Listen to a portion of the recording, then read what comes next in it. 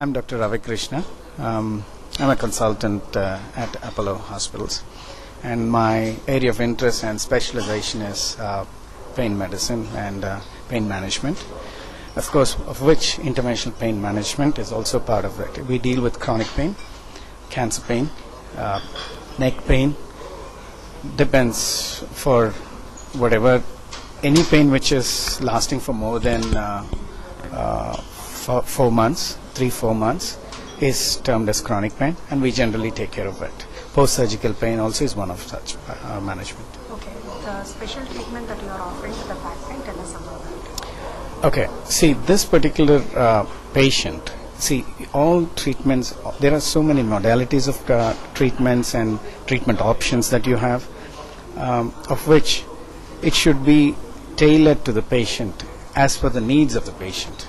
If somebody comes up which has to, who needs surgery, okay, we channelize them to a proper surgeon, a spine surgeon for example. So we identify the right kind of patients for right kind of modality of treatment.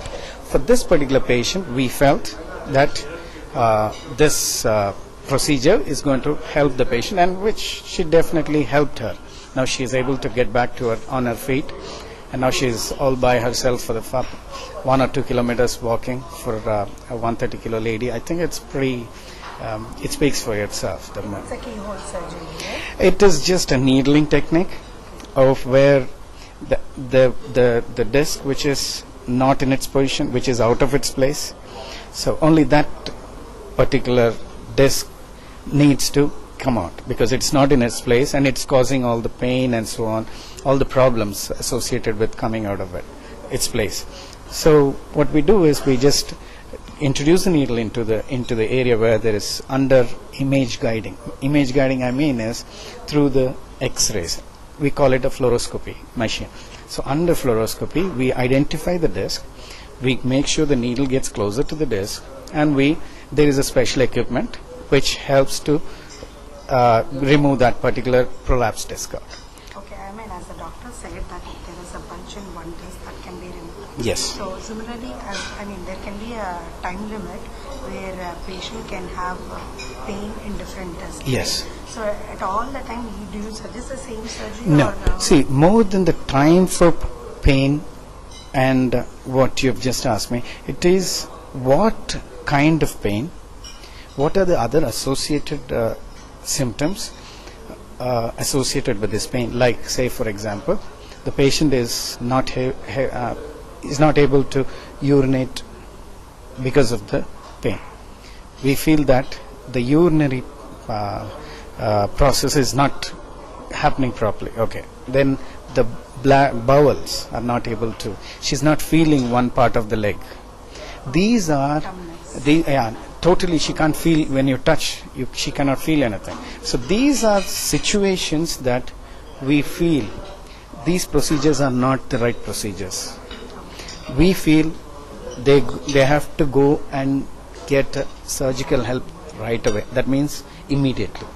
So because if you neglect this, now the next thing is that is going to happen is lead to bigger problems like total loss of urinary control or bowel control, or not able to move the legs for the rest of her life.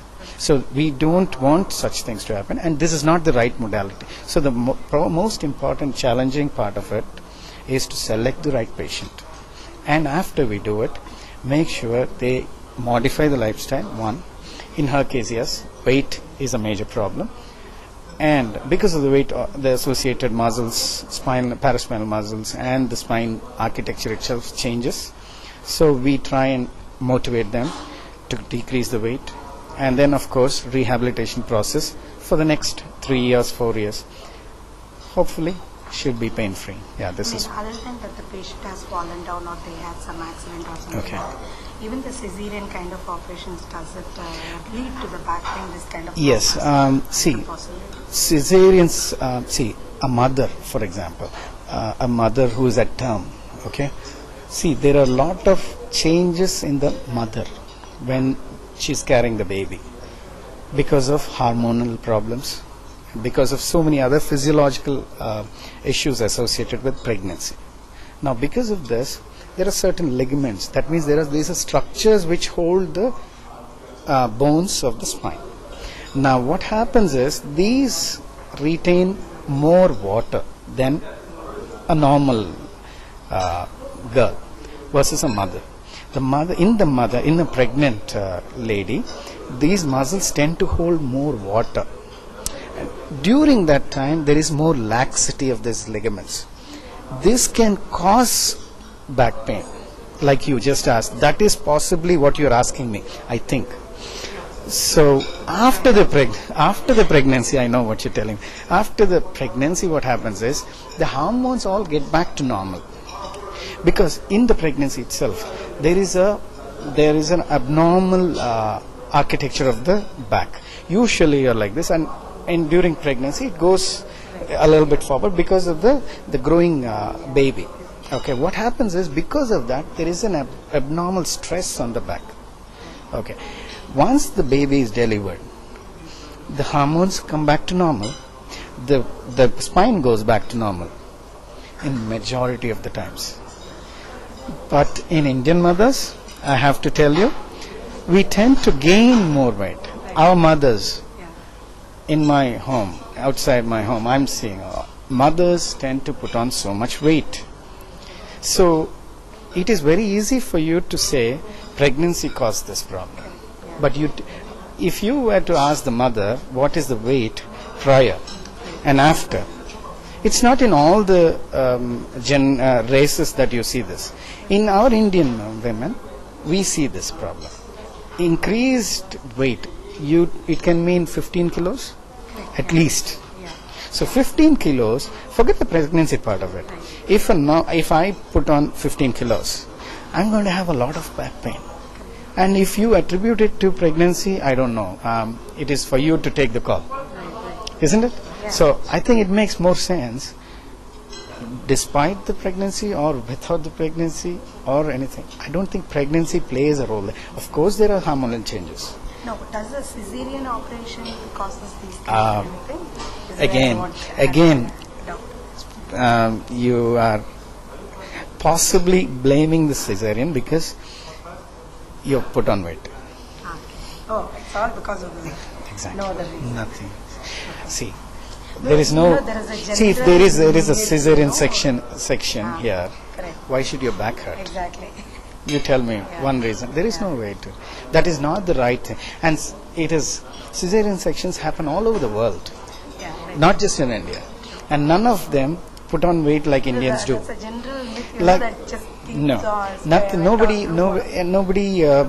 not any race in the world has highest back pain like in Indian women after pregnancy.